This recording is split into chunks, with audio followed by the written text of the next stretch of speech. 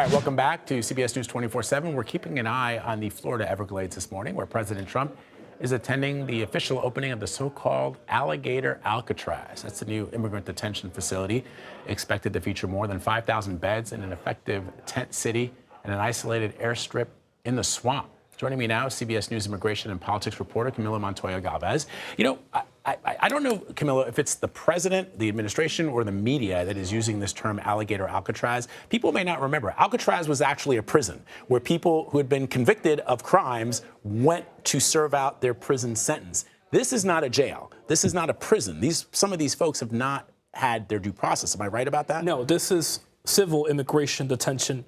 You're right, Vlad. This is not punitive, or at least it's not supposed to be punitive, because even the folks who are in civil immigration detention who have criminal charges or convictions are not serving time in prison for those convictions. They have already done so in a federal, state, or local jail or prison.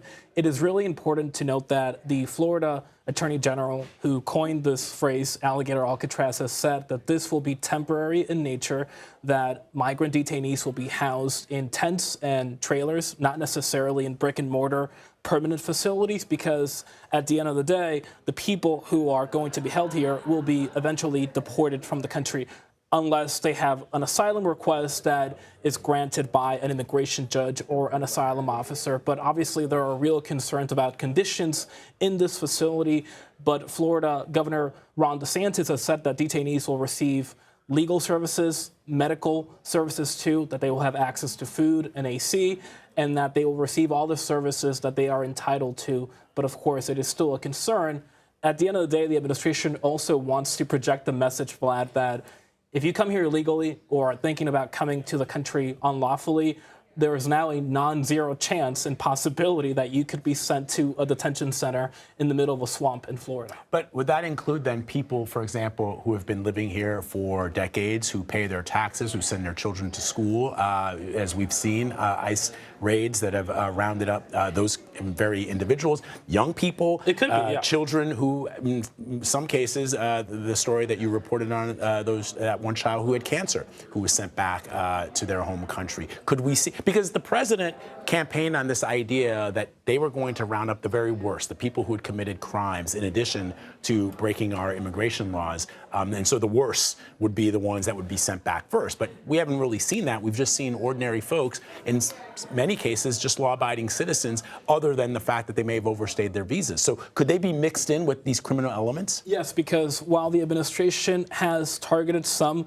criminal migrants who do have criminal charges or convictions, including for violent offenses like murder and rape, it has also dramatically expanded the scope and the pool of people who are eligible to be deported, including longstanding residents who are here without permission and are in violation of immigration law, which is a civil offense, but don't have any criminal record whatsoever, including teenagers, elderly individuals, because the administration argues, Vlad, that anyone who is here in the country illegally is effectively a criminal and should be eligible for deportation. Yeah, but even criminals, there's a difference between somebody who embezzles a couple of grand from the bank and somebody who commits rape and murder. You don't often mix those two criminals in the same facility, or at least in the same area where they might interact with each other. And it's really important to underscore that in previous instances of the administration saying that it would only use certain detention centers for high-priority criminal individuals like Guantanamo Bay, that actually did not play out in actuality and reality.